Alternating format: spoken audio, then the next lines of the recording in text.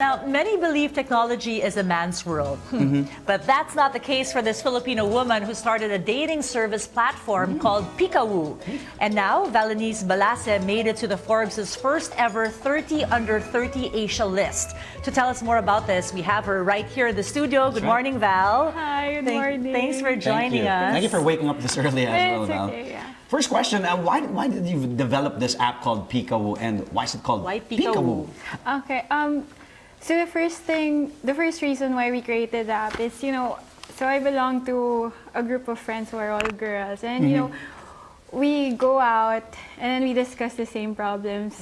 Every time we go out, it's usually love problems, the guys that you're dating and so on.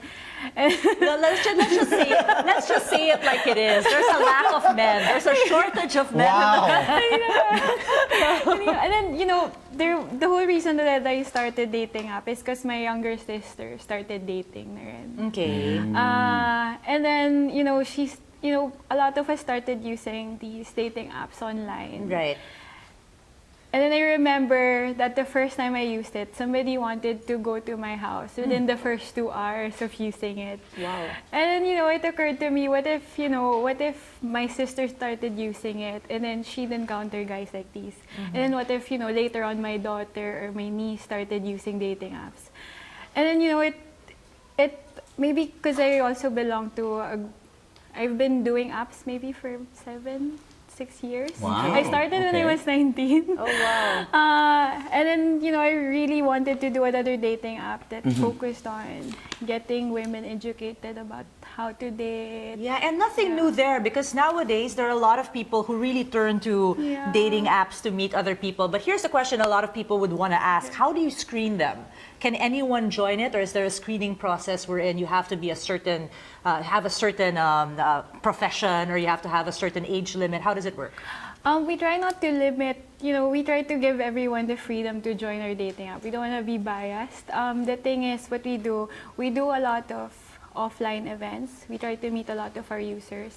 I think the biggest group meeting that we've done is maybe 100 people. Okay. And then we try to educate people during the offline events, wherein, you don't have to go for a specific person. Try to meet as much people as you want to know what you want and what you don't want. Okay, so it's opening up your circle to a lot more people. It's not just dating. Go ahead. Yeah.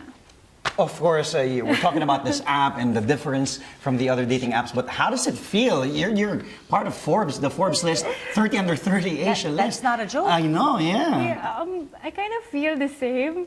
What? That's being modest. No, seriously. I don't know. Not a little kilig? Syempre Syempre, naman. yeah, I was happy. I remember the first time I saw it, I didn't see my name.